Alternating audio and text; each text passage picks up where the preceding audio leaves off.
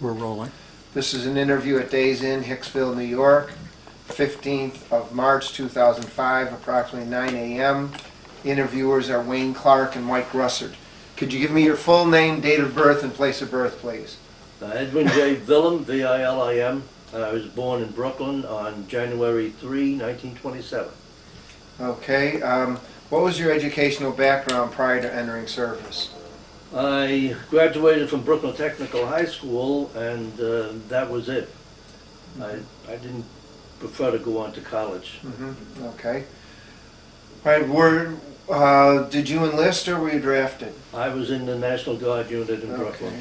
Okay. When did you join the National Guard? When the unit, which returned from World War II, it's a field artillery unit, when they were reactivated, I was cadre. The first, I think we had one officer and something like 14 enlisted men. Mm-hmm. I was one of the enlisted men. Now, when did you join the Guard? That was in 48. Okay. And what armory and what unit were you with? That's the old 14th Regiment in Brooklyn, and at that time was the 955 Field Artillery Battalion. Okay. 155 howitzers. Mm-hmm. How long were you in the Guard? 4 years. Okay. Now, did you go for weekend training or annual training? Yeah, 2 weeks in the summer, and we didn't have weekends. We had 2 meetings a week at night. Mm-hmm. Okay. But at that time they didn't have the weekends. Okay. Did you go to Fort Drum or Camp Drum? Camp Drum, then became Fort Drum, yeah. Did you ever go to Camp Smith and Camp Hicksville? Smith, we did rifle practice up there. Okay. Yeah. Now, what kind of weapons did you train with? At that time I was armed with a 45 automatic. Mm-hmm. When we were on the way to Korea, they took that away and gave us a carbine, mm-hmm. which was fine, except it didn't really stop anyone. It was, you know, kind of a light caliber. And a 155 howitzer. Mm-hmm. Now, did you train with howitzers up at Drum or? Yes, we did. Okay. We sure did. Okay. In fact, the first round we fired in practice landed in back of us. That was exciting. How did that happen? It was the safety officer. He was used to using the 7 powder charges that comes in bags mm-hmm. in the back of the shell. And he made the ammo corporal strip off 5. Thinking, and it was a 5 charge, it was the green bag, mm-hmm. It was white and green bag, and he told him to take off 5, so there were 2 powder bags, and the shell went like, and it landed, and luckily it landed way in back and didn't harm anyone, but it was a little scary. Okay, so you were activated for the Korean War? Yes, on August 19th, 1950. All right. We had just returned from Drum from 2 weeks, and we were activated.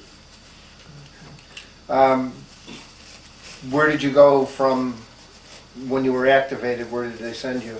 Fort Lewis, Washington, beautiful state of Washington. Mm-hmm. In spite of newspaper articles that we had that said no National Guard or reserve troops would go more than 1,000 miles from home.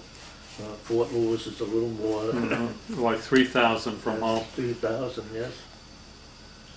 Okay, what did you do out there? We trained. We were maybe 40% strength, and we took in reservists and reserve officers mostly from the West Coast, mm-hmm. and they filled us to full-time strength. And then we trained on the howitzers. Many of us, myself included, were sent to training schools. I was sent to Fort Sill, Oklahoma, the artillery school down there, for survey, ground surveying. Now, what was your rank? At that time, I was a sergeant first class. Oh. How long was that school at Fort Sill? Went there in November, December, supposed to be 3 months, mm-hmm. but on New Year's Eve we received the word that our unit was moving out, so I never quite finished the course. I was a month shy of finishing the course, and they just took us back. Now, when did you go over to Korea? In January of '51. Okay. Uh, Whereabouts in Korea did you land? We landed at Busan, Uh-huh. charming place. I remember there was a British bagpipe band marching down the pier a little ways around with me, and to hear that music sounded kind of like at home.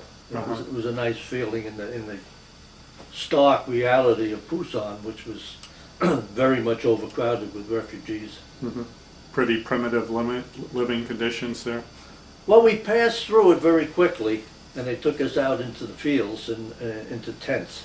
Uh-huh. And we lived in tents for about 2 months while we waited for our guns to come on another ship later on.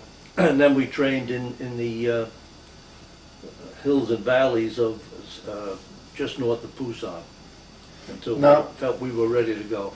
arriving in January, what was your equipment like? Do you have a lot of winter gear? Not at all. The first night we spent in squad tents that were not even tied down on the sides. And we had anything but winter gear. We had jackets, but you know, the regular army jackets that we froze that night. It was cold. Korea can be a cold place. Mm-hmm. But then once we moved into our own tents, we tied them down and sandbagged them, and we had little stoves in them. Could make our Lipton soup in there. When did you ever eventually get winter gear? Yeah, we eventually got the flap down hats and a heavier jacket. So it was all right. By that time it began to warm up, and by April it warms up. Now, in a battery, how many artillery pieces did you have in a We battery? had six guns, 6 howitzers. They were all 105 or 155? 155s. Okay. Yeah. How many men to a gun, Oh boy, approximately, did you? I wasn't on the guns. Oh, so okay. Well, then how many in a somewhere battery? About then? 8 to 12, something Okay. like that. How many in your entire battery? My platoon had something like 25, 27 men. Each gun, I guess it was 100 and something in the battery.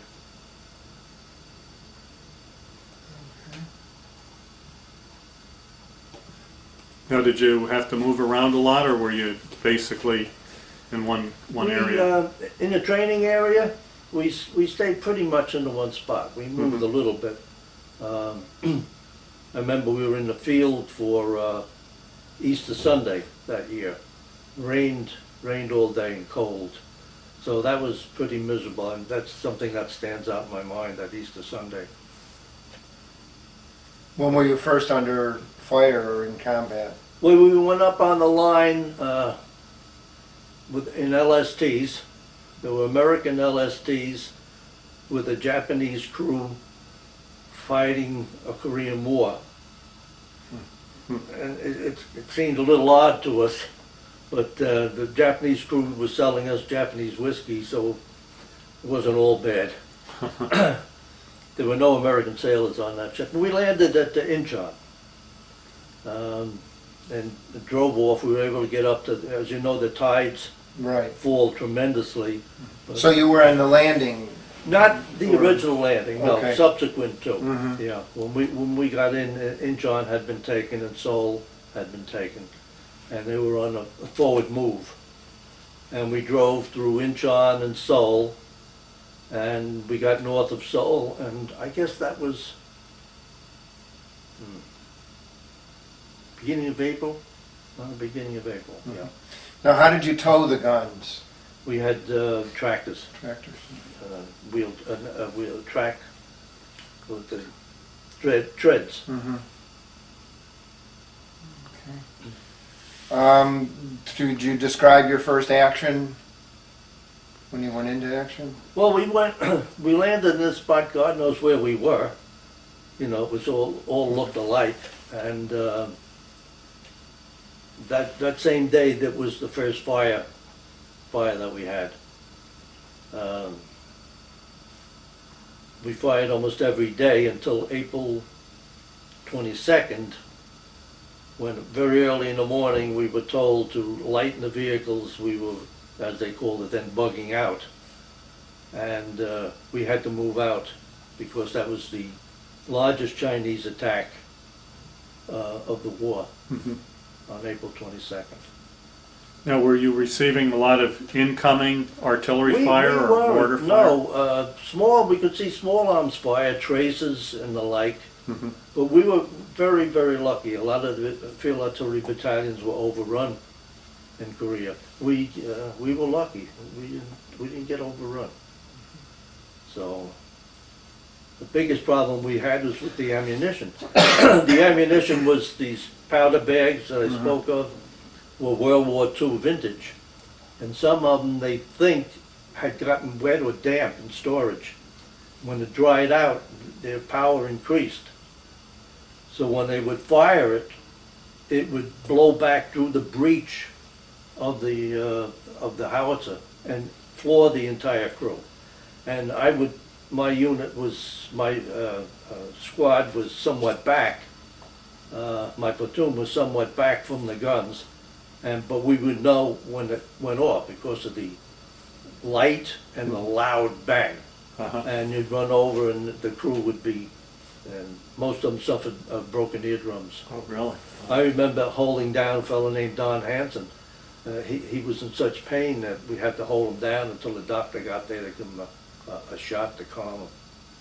And it was all attributed to bad powder. Now, did you guys wear any kind of hearing protection at all No, around the guns? no. In fact, I have two. The VA has issued to me 2 hearing aids, and at first they denied it. I had to write a plea, and when I explained that I was with 155 howitzers, they brought me in for exam and gave me 2 hearing aids, but they're too much trouble to wear, frankly.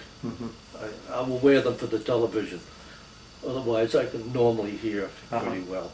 You know. Okay.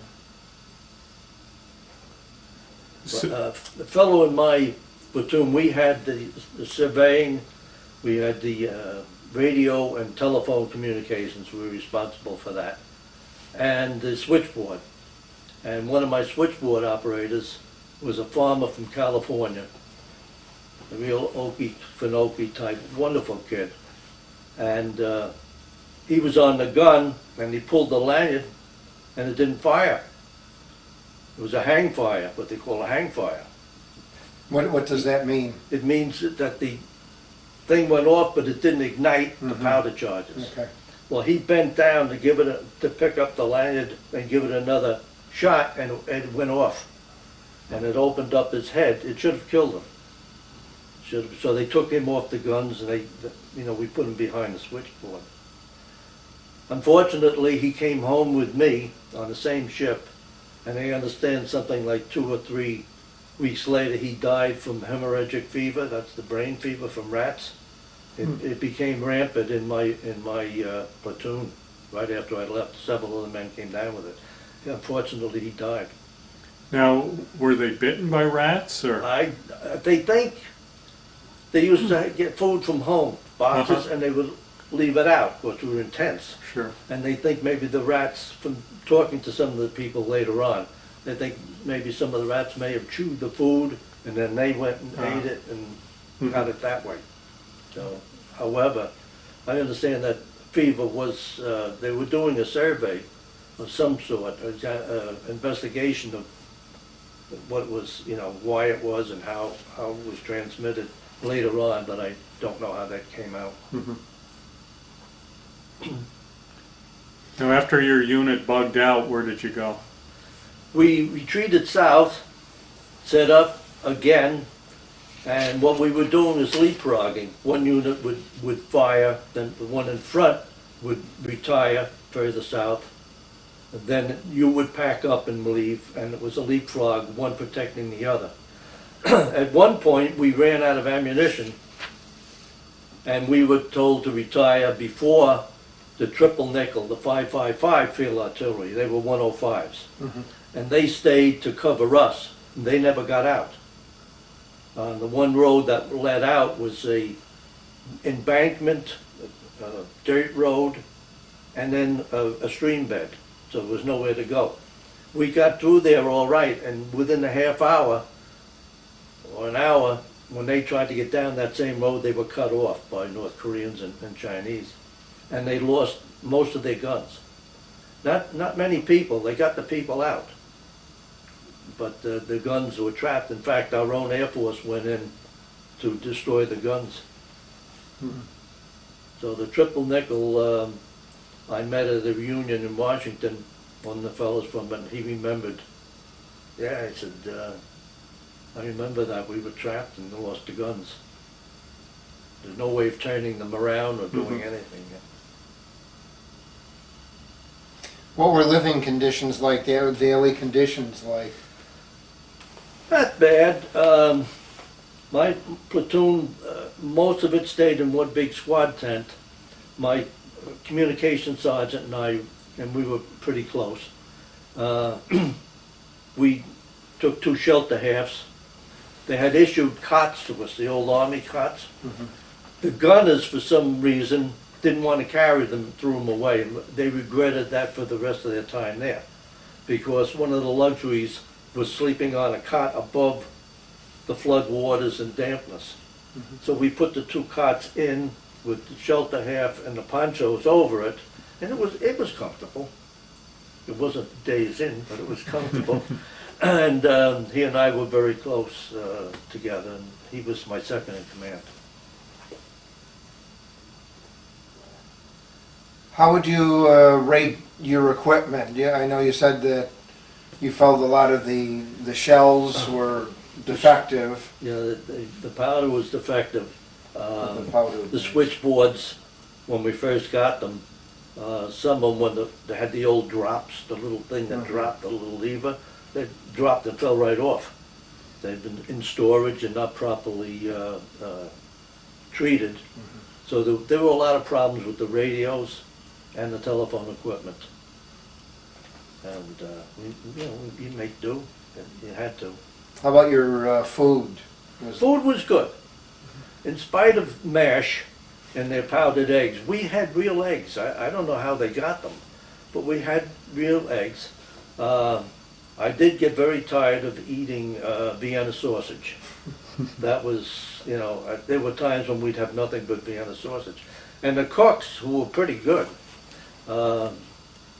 they do their best to camouflage them, but a Vienna sausage is a Vienna sausage. And I can't even look at the can. I would have blessed the place if they gave us Spam. We never had Spam. We No? had that darn Vienna sausage. Huh. And when things got too bad, I would break out some sea rations. They were good compared to some of the stuff. But all in all, the food wasn't too bad. And we got packages from home, and so that helped. Okay. Now you said you had a foot injury. How did that happen? Believe it or not, I applied for the Purple Heart but didn't get it. No. We had been riding all day and we were covered over there with dust. It turned yellow and green on you. So they found a little stream and a little washed out creek. And it was like a bathing hole. So we were all in there, and I slipped on a rock. And I felt this severe, sharp pain in my foot. And whether there was a piece of shrapnel in there or a tin can, I ripped my foot wide open. So I spent a week in the hospital with that because they couldn't sew it. And I eventually signed myself out and walked back to my unit because the hospital was a horror. There was no facilities, no showers. There's a week without any kind of a shower. Doctors would come by once a day, give you a quick look and keep going. Because it wasn't really a hospital, it was a field station. So they figured if you weren't that hurt, you should be back on the line. So I said, okay. So meanwhile, I didn't have a boot. So I said, can I get a boot so I can walk, I said, oh yeah, there's a pile of them over there. That was all the dead, where they had removed the boots. I said, Oh. forget that. So I remember hobbling, and I grabbed the truck that was going north. Luckily, it passed our service battery, which was somewhat to the rear, and I knocked on the driver's cab, and he stopped, and I got out and went to my service battery and washed up and shaved, was like this. And the supply sergeant then drove me back to my unit. Now you mentioned that Governor Dewey visited your unit. Yeah, I forget that we were kind of stable by that time. I think they were beginning the peace talks, so we were stopped dead, and they announced that he was coming, and they from somewhere they brought out our battalion flags, the American and the battalion field artillery flag, and I happened to have been in the original flag bearers, the color guard. So we did our thing, and he went up, and they fixed up a lanyard about 20 yards long, so he could stand back and say he fired at the enemy, you know. And we did gather around him and ask questions, and my question was, what have you done for the state employees since I left? Well, I didn't get much of an answer from the governor. I guess he wasn't too thrilled to hear that. But I was in Korea, what more could he do to me, you know? Okay, now you said one of your experiences that left the greatest impression on you was being a forward observer with the 19th Infantry. Yeah. Why? Well, out of nowhere, it seems that in that 22nd, April 22nd drive from the Chinese, they had surrounded the 19th King Company, K Company of the 19th Infantry, and I think 50 or 55 men and one officer, Lieutenant Stein, walked out. He walked them out. They were considered lost in action, the whole company, and he got them out, and they were back on the line, and of course the observers were wounded or killed, so we went up. Normally I guess it was 105 observers, because they were closer to the action, went up, but we went up for, I guess I was up there a week, a little more. And that was impressionable, because you were living with the infantry, and you could see the enemy on the next hill walking around. Temptation was to take a pot shot at them, but then that would bring fire in, so you just minded your business, you know. And luckily, that was over May 1st, which is their Communist Day, and they expected a second attack on May 1st, but it never materialized. And after that, I went back to my unit. But that was something different. I wasn't too thrilled at the thought, but didn't have much choice. How did you feel about the replacement of MacArthur? You know what you have, you don't know what you're going to get.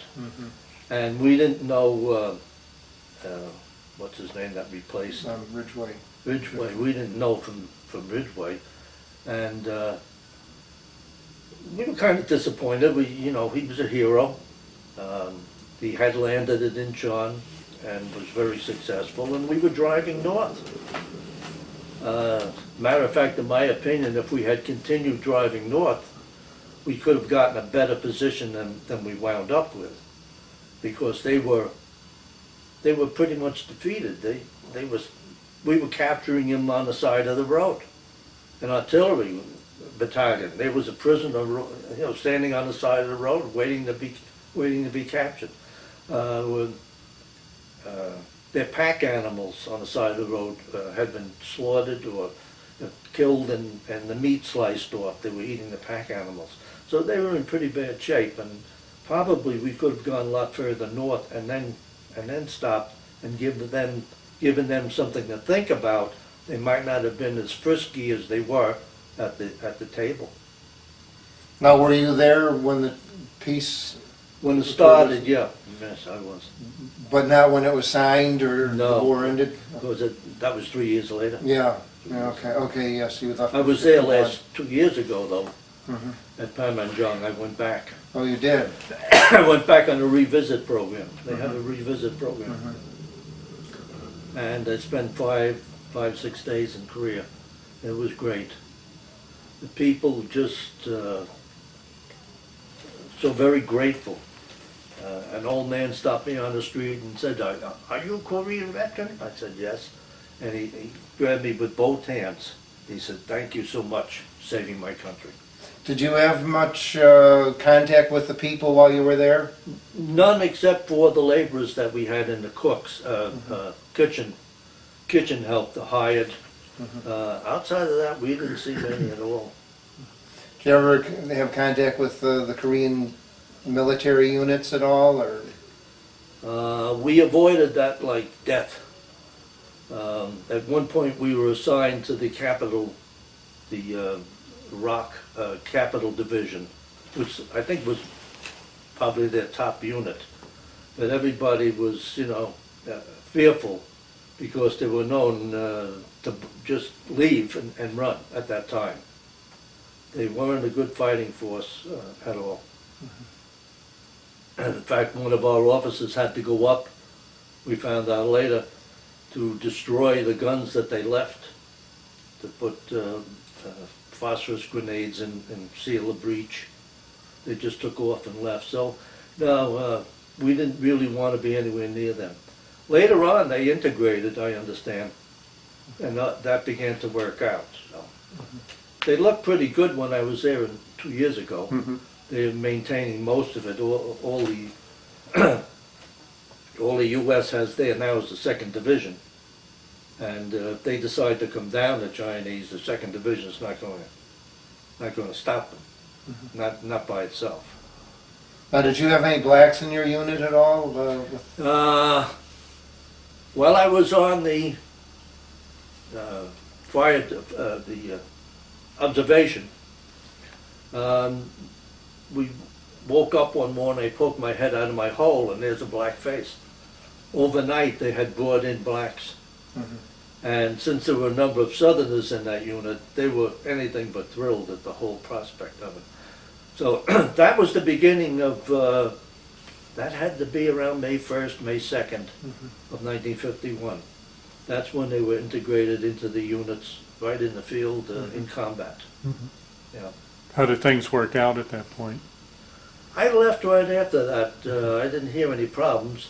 I know my unit was all white until I left, but right after I left, my wire sergeant told me that they got a few blacks in.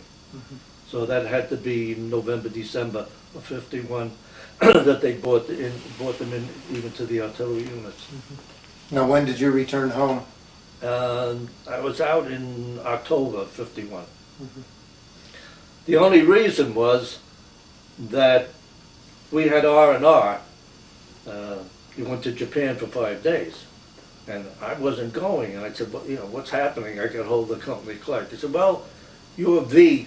Your name begins with V. That's the end of the list. V. All of a sudden, the A's and B's were going. And I said, wait a minute, what happened? You skipped me. He said, you're going, you have a date to go home. I said, get out of here. Yeah, he said, you're going to go home. Your 4 years are up. I said, there's no way they're going to let anyone go here sooner than they had to. You were there. One day I drove the battery commander to a meeting in a Jeep, and on the way back, he said, by the way, Sergeant, you're going home on the 9th or someday, on the 9th. You're kidding, on the 9th, that's great, the 9th, that's tomorrow. Yeah, he said, a big smile on his face, you're going home tomorrow. So like that, I was out of there. Now, when you got back to Brooklyn, you said you stayed with the Guard. You weren't discharged right away? No, he went to Camp Kilmer, which no longer exists, and they gave us separation to DD 214. And I said, well, technically I still have 2 weeks on my 4-year enlistment. What, you want to join up again? I said, forget that. So he said, well, you just returned to your unit. I said, but they're gone, there's no one there. He said, well, I don't, he didn't want to deal with that, you know. So I just never went back. Probably should have, I could have retired on, because they were never called again from Vietnam, that unit, and some of the people went back and stayed. And I could have retired after 20 years, gotten some check. Now, that was pretty impressive in a 4-year enlistment to rise to the rank of Sergeant First Class, wasn't it? Was Yeah, that? well, I had been in the New York Guard, Uh-huh, the old 14th, for a number of years. okay. So I guess I was up to a sergeant there. So that helped you out a lot. So that helped. So I'm trying to think. Somehow I had some connection with the lieutenant who became the battery commander, and he took myself and several others. He needed so many non-coms and whatnot. You know, I had the background for surveying and communications and that sort, and I got to Sergeant First Class. I was lucky, because I went over as a on the ship. When we got into 8th Army waters, they were able to give master sergeants. So I wound up as a master sergeant in Korea, which was very nice. Pay was good. Now, when you were in Korea, did you ever get to see any USO shows? Yes, we saw, I think it was Jack Benny show. That was, I guess, the only one. The odd part is that show was given in a field that we had been encamped in and firing from a month before. And between here and that clothes rack, a tractor dropped the gun and was going back to be refueled in back of us, and he hit a mine. So, and one of my sergeants down at the water, they hit a mine down there. Even though they had swept the field, they missed 2 mines. So I don't know how many other mines were in that field, and the thought was, with all these guys, you know, we're lucky that one of them isn't still here. But that was the only show I saw, actually. Did you ever make use of the GI Bill? Only for a home mortgage. I went back to school, State University, but that was on, I was a state employee, so through the CSEA or whoever was at that time, the educational fund, I got it through that. Did you ever join veterans organizations? Yeah, I was with the Veterans of Foreign Wars, which was in the armory itself. They had a room in the armory.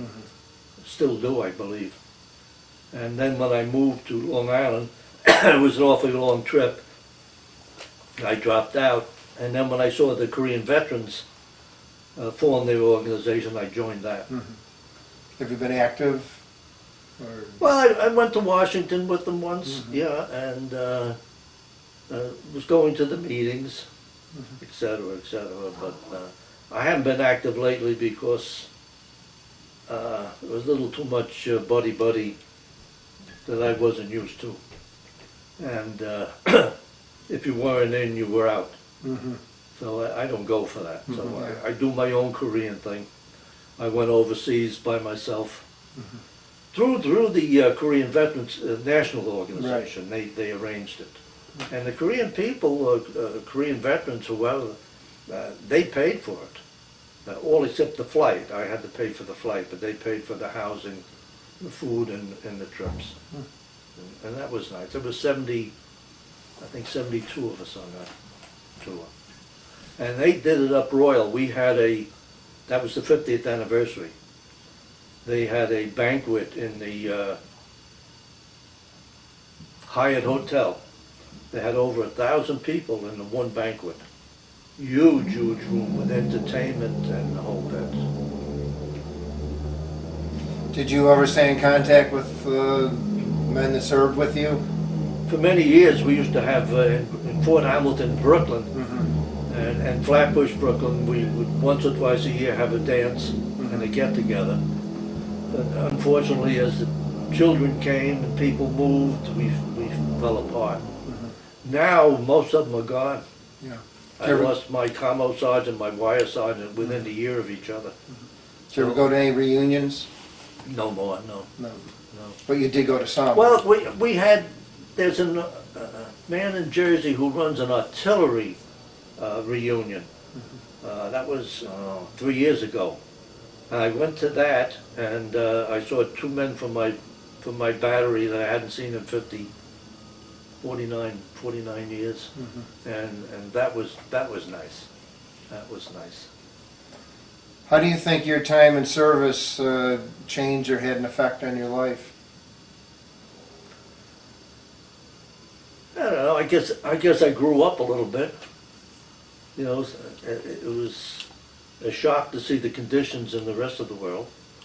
It makes you realize what a great country we have here, in spite of what some people seem to think.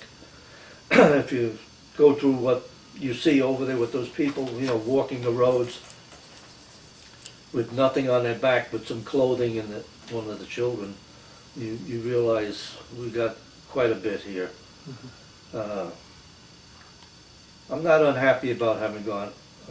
I'm glad to have served, and it was a good experience for me. Made a lot of good friends. Okay. All right, well, thank you very much. You're welcome. Okay, now what's the story behind that? I was in Pusan on St. Patty's Day. We were going to the Red Cross to get a shower. Of course, where we were encamped, there were no showers. And it was a sunlit day, I remember, and this young teenage Korean boy came over and asked if he could draw my picture. $1. So I got this, I think it's a really great picture. Yes, it is. That's what I looked like in those days. I had hair. And for $1, I thought he was quite talented, Yes. actually. He was, Yeah. you know, and he had it done in 5-10 minutes. It was great. Okay. Matter of fact, this is a copy. The original I framed and gave to my granddaughter for her birthday. Now this is the 14th Regiment Armory. Okay, if you could, I know it may be a little awkward, if you hold it up, Wayne can focus on them. That's the center picture? This is a rifle team. At the time we were going up to New York to shoot a rifle match with the Silk Stocking Regiment in Manhattan. We were beaten, of course. They had specialized rifles, you know. So that's in front of the 14th Regiment. Now, where are you in that picture? Over here. This is Camp Drum, I guess, and one of the summer encampments. There's our mess steward, who was a huge Chinese man, great guy. And there's my commo sergeant that I spoke of, Happy Cohen. That's in there. This is me. There's the tent I spoke of that we lived in for several months. As you can see, it's cozy. That's me. Now, did you have any problems with snakes or anything over there? No, I only saw one snake in the time we were there. Well, we had trouble with the storms, The monsoons? monsoons. I'll show you that here.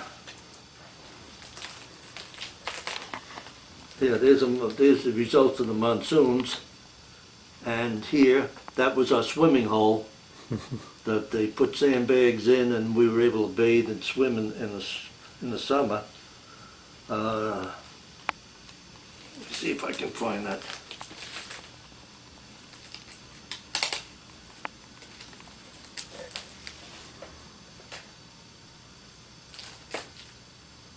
There. We were cut off. This was a stream, a dry bed when we got there, and became quite a large stream. And the guns were on one side of it, and my platoon and the kitchen were on this side. So in order for the gunners to get food, they would go hand over hand on a rope, or have to go around to the to the road which was above the limit. And there's Korea. That's me. Camp Nathan Hale. Oh, that's a nice beer label you got there too. Oh yeah, the Japanese beer was sold at the British PX, believe it or not. We couldn't get it, but the British PX had it, and when we were near one, we would get the Asahi beer. This picture here, when I was on a revisit 2 years ago, in one of the magazines that they gave, was this picture. Same picture.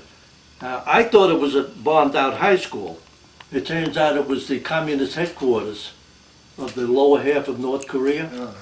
And it was now, in the magazine, said it was now a tourist attraction. And I wanted to go up there, and of course we were stationed near Chowan, but there wasn't time. And we never got in that area at all.